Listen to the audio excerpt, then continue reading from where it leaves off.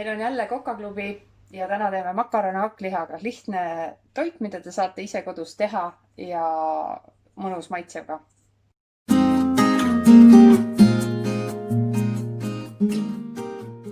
Võtta pasta.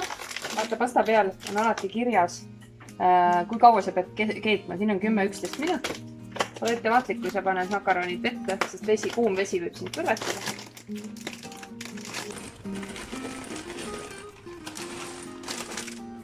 Mina panen tavaliselt pasta vette.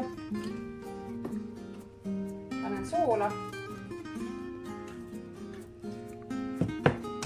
Ja panen natuke ka õli. See aitab pastal mitte kleepuda teineteise külge.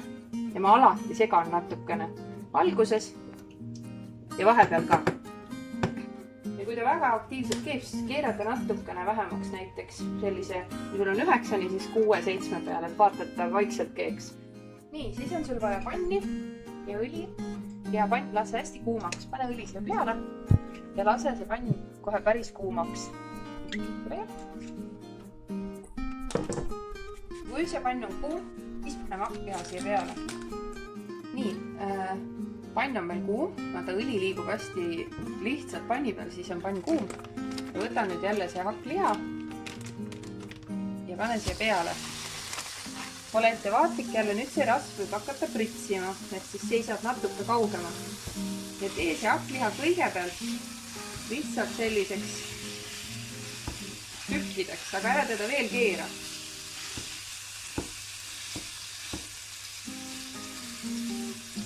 Ja miks ei ole hea mõte teda nagu ühe tükina praadida, ongi see, et ta ei prae muidu läbi. Ja kui ta on väga palju panni peal koos, siis ta hakkab ka hauduma, mitte ei pruunista. Me tahame, et see hakkliha läheks selliseks mõnusaks pruuniks. Keerame need tükid teistpidi. Ja vaata, see rasv pritsib, siis on päris valus, et ole hästi ettevaatlik, et võib-olla on hea, kui on pikem selline panni läbi võtt.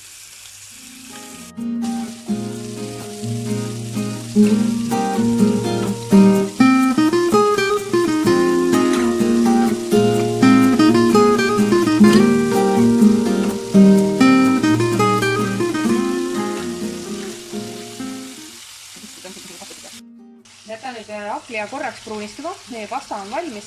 Nüüd läheb ettevaatlikult sellega kraanikausi juurde. Võta selline sõel. Nüüd vala endast välja poole niimoodi hästi rahulikult vaikselt. Kõik see vedelik ära. Pane ta uuesti potti. Ja pane praegu potile gaas peale. Aga ära selle puumaraua peale teda tagasi pane. Et see pane lihtsalt see välja. Nii, ja meie hakkliha on juba peaaegu valmis. Ja lase ta ikka niimoodi mõnusalt pruuniks ja tee nüüd need tükid võimalikult väikeseks. Saad selle pannilabidega niimoodi peale vajutada. Aga et need tükid oleksid sellised mõnusad.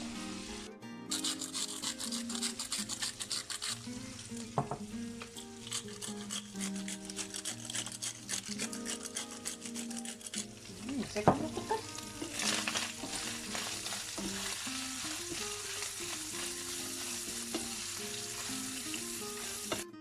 Nii, nüüd meie hakkliha on valmis. Meie makaronid on valmis. Nüüd on vaja nad kokku valada. Ole jälle hästi ettevaatlik, et aita seda kaasa labidaga ja ole ettevaatlik, et see kuum rasv ja kuum pann sinu vastu ei lähe.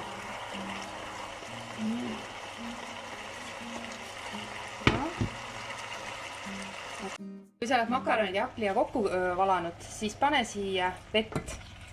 Oleneb palju sul on seda makaroni hakklihaga, aga selline pool tassi, pool klaasi vett. Ja siis keera kuumus maha ja jäta ta siia kaane alla hauduma umbes, ma ei tea, 5 minutiks, võib-olla vähem.